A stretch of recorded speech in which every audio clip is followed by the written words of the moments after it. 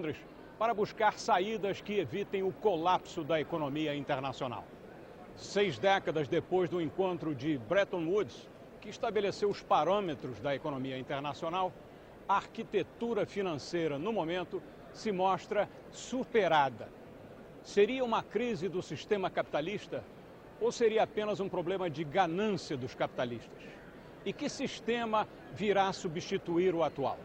Nessa crise mundial, a liderança dos Estados Unidos foi posta em xeque e o país resiste às propostas de reforma do sistema financeiro que venham ameaçar a hegemonia americana.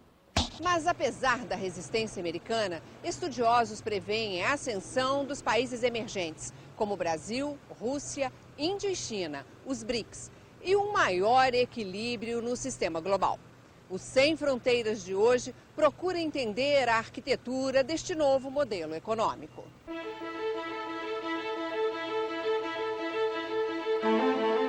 Bretton Woods é o nome da cidade americana onde economistas de renome, como o reverenciado John Maynard Keynes, se reuniram em 1944 para montar os alicerces da economia capitalista ao fim da Segunda Guerra Mundial.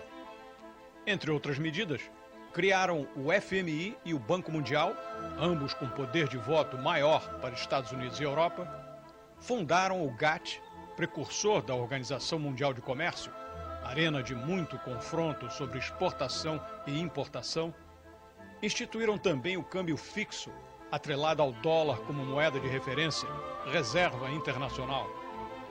Nasceram ali, em resumo, as regras básicas da economia internacional do pós-guerra. Houve ajustes ao longo dos anos, por certo, como o fim do câmbio fixo, mas sem mudança substancial. Até agora, quando a crise internacional atinge proporções tamanhas que reformas se impõem.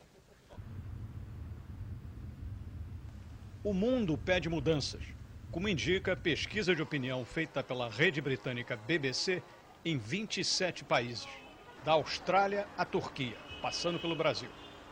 70% dos consultados pedem grandes mudanças na economia internacional e na de seus próprios países. A amostragem da BBC incluiu 30 mil pessoas e 62% delas disseram que a crise atual já tinha afetado suas famílias. Os números do Brasil: 77% acreditam que o sistema econômico internacional precisa de grandes mudanças. 71% acham que também a economia brasileira precisa mudar. 78% dos que se dizem afetados acreditam que a situação vai melhorar em 1 ou 2 anos.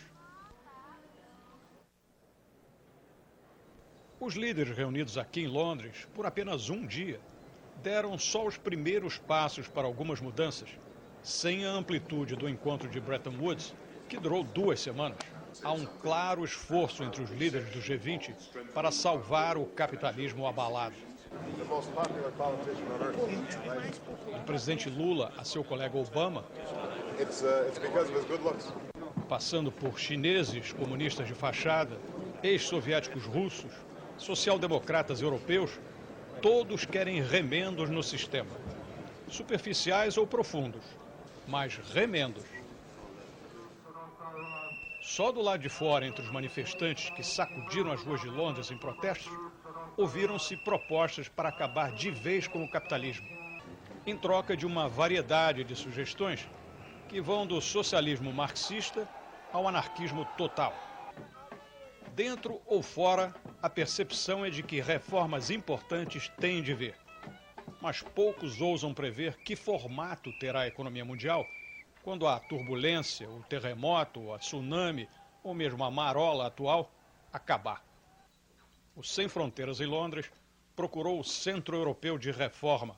O economista-chefe Simon Tilford nos ofereceu sua perspectiva.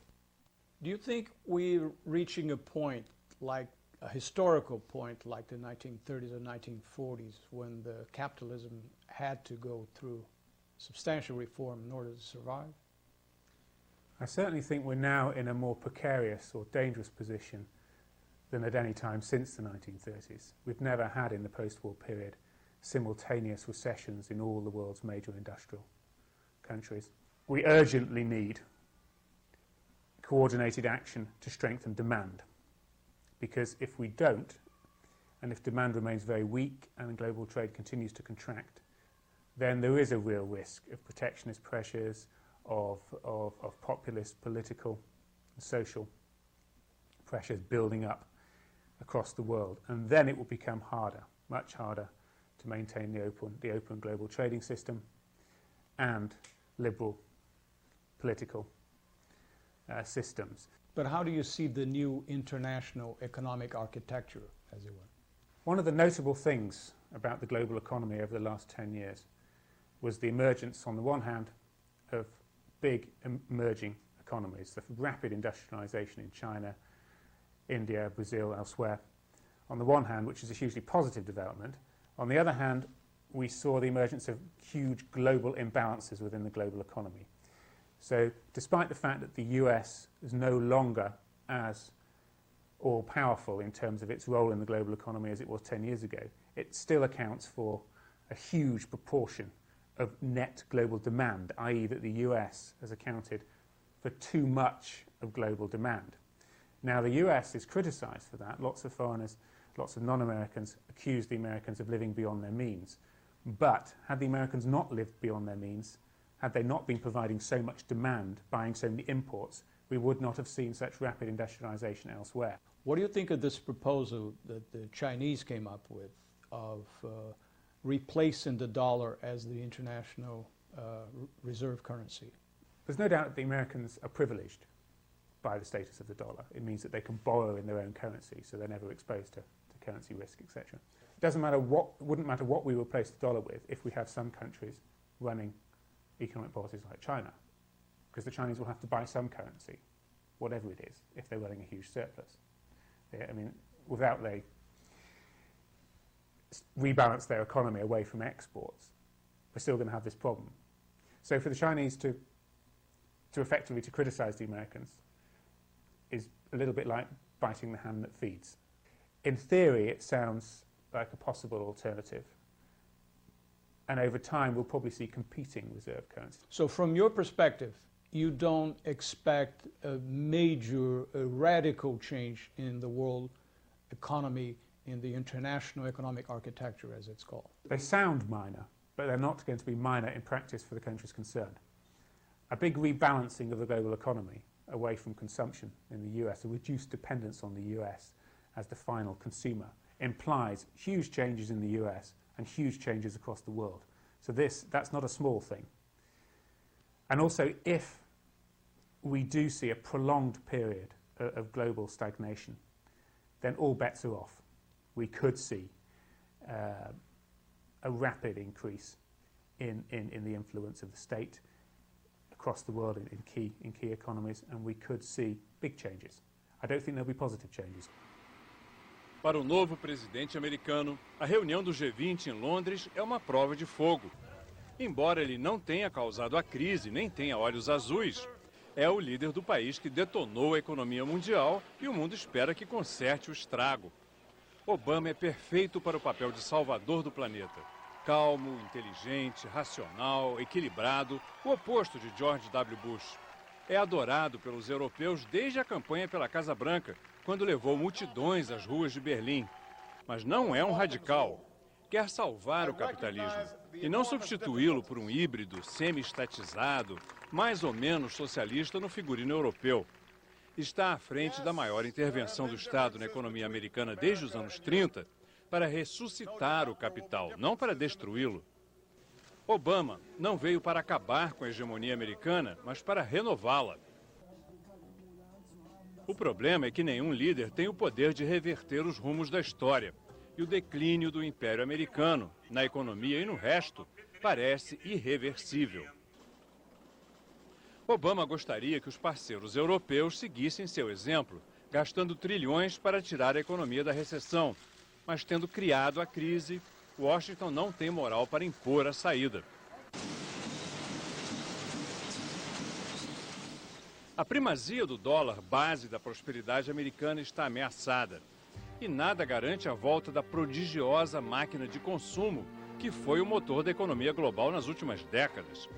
A voracidade do consumidor americano, que absorvia a superprodução da China, da Alemanha, do Japão, era alimentada à dívida. A conta chegou e não tem como ser paga. A bolha estourou e nada voltará a ser como antes. Alguns comparam a economia americana ao golpe da pirâmide aplicado pelo financista Bernie Madoff. A pirâmide desmoronou e o resto do mundo ficou com o mico na mão.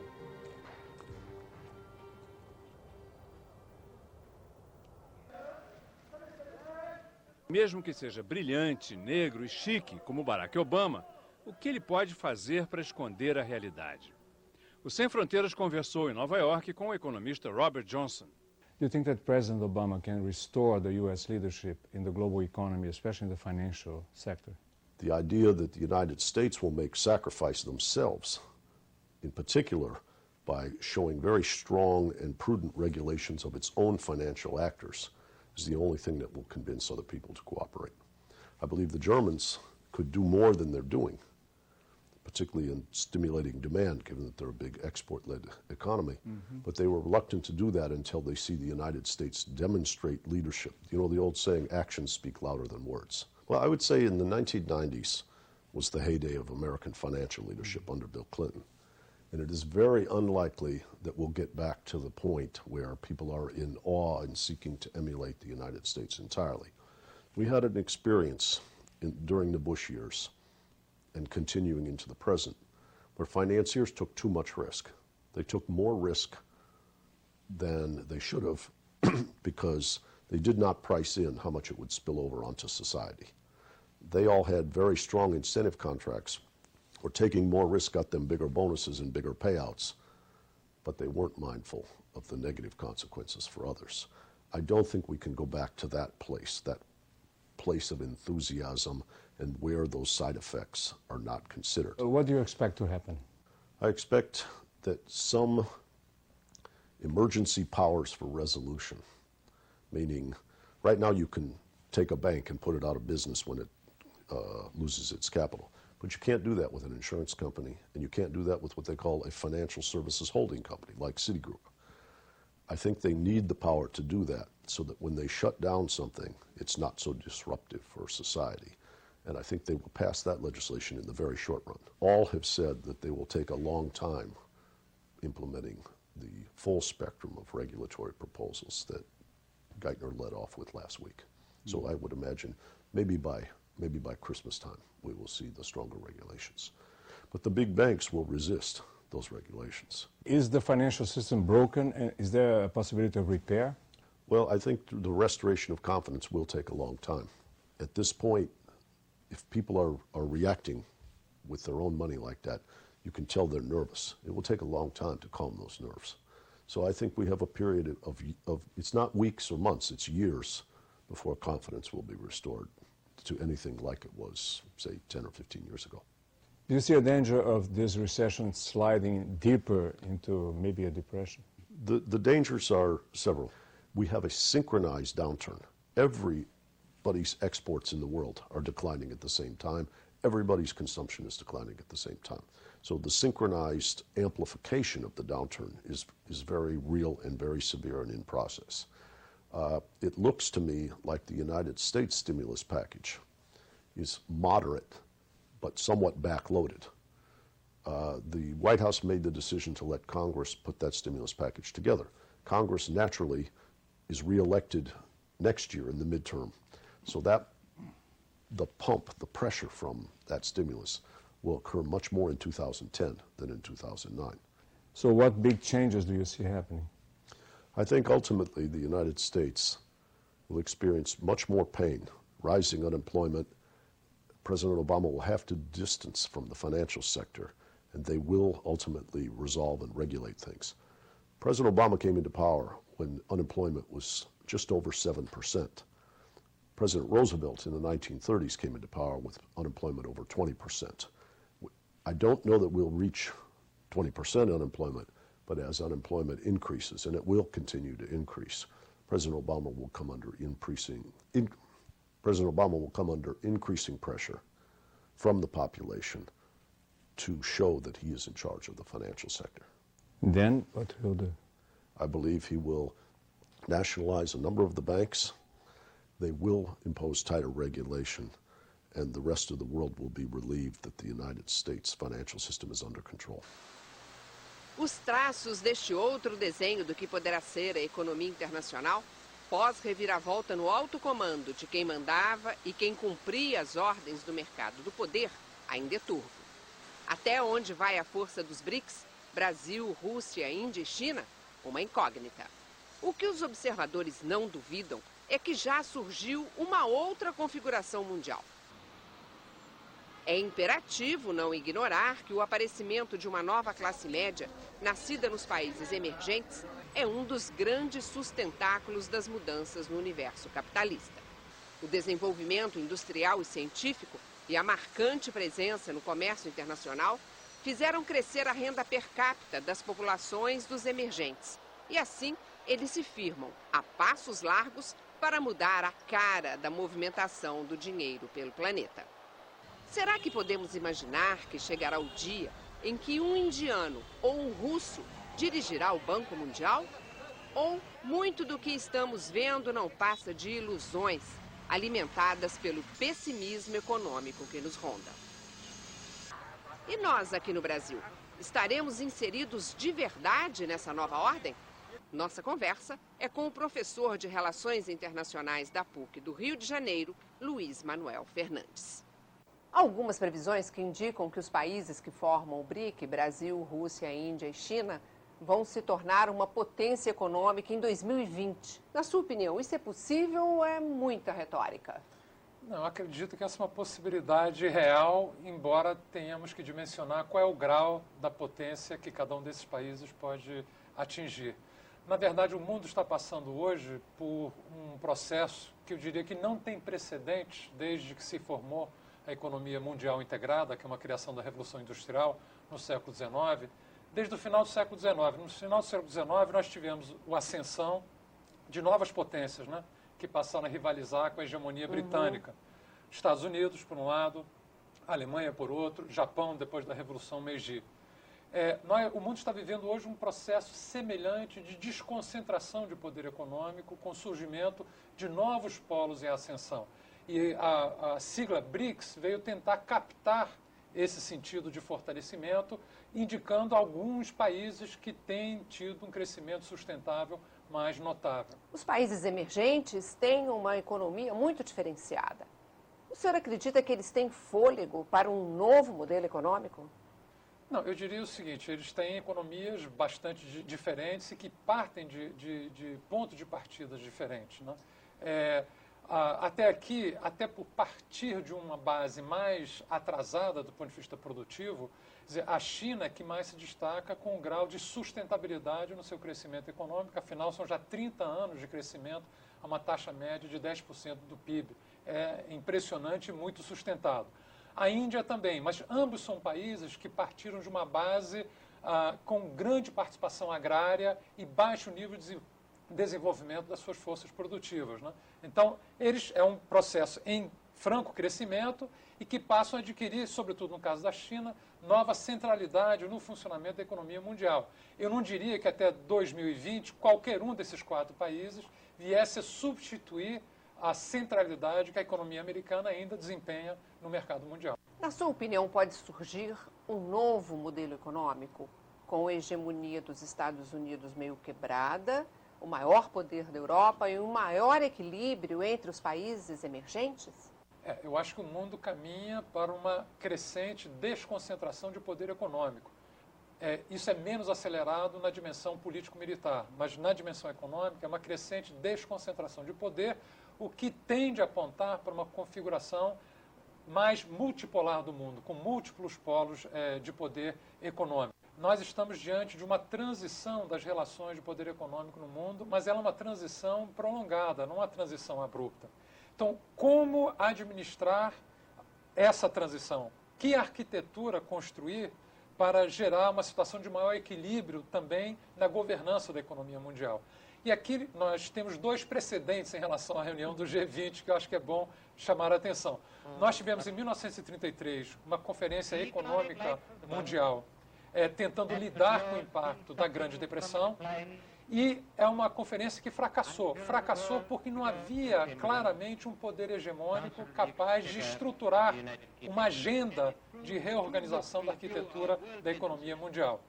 Depois nós tivemos, em 1944, a Conferência de Bretton Woods, que é fruto do desfecho de uma conflagração gigantesca, a Segunda Guerra Mundial, a maior da história da humanidade, na qual, no mundo capitalista, emergiu claramente uma força hegemônica, que era os Estados Unidos, que pôde ter um papel determinante na configuração da nova arquitetura. Um dos dilemas do G20 é justamente que não há uma nova hegemonia claramente afirmada e cônscia dos seus deveres perante a economia mundial. E os Estados Unidos, que são a principal potência econômica, estão num dilema de implementar políticas de recuperação focadas exclusivamente na economia dos Estados Unidos ou assumir um papel de liderança estabilizadora no mundo de maneira mais ampla. E qual é o papel do Brasil? Não, acho que o Brasil deve ser, sobretudo, um defensor de uma agenda multilateral de regulação, uma agenda em que o direito ao desenvolvimento dos países mais pobres não seja bloqueado nesse redesenho, que isso seja incorporado. A agenda da re-regulação do sistema financeiro e monetário internacional, acho que é uma agenda que o Brasil deve defender com força. O encontro do G20 acaba em Londres sem decretar o fim do capitalismo e sem mudar radicalmente a economia internacional. Vai policiar melhor os bancos, vai injetar mais dinheiro na economia internacional, melhorar o comércio e fiscalizar melhor os paraísos fiscais, mas nenhuma alteração de substância. Novos rumos, mas nada revolucionário. Como ocorreu na crise anterior a esta, mais parecida, nos anos 30, o capitalismo muda, se adapta e sobrevive.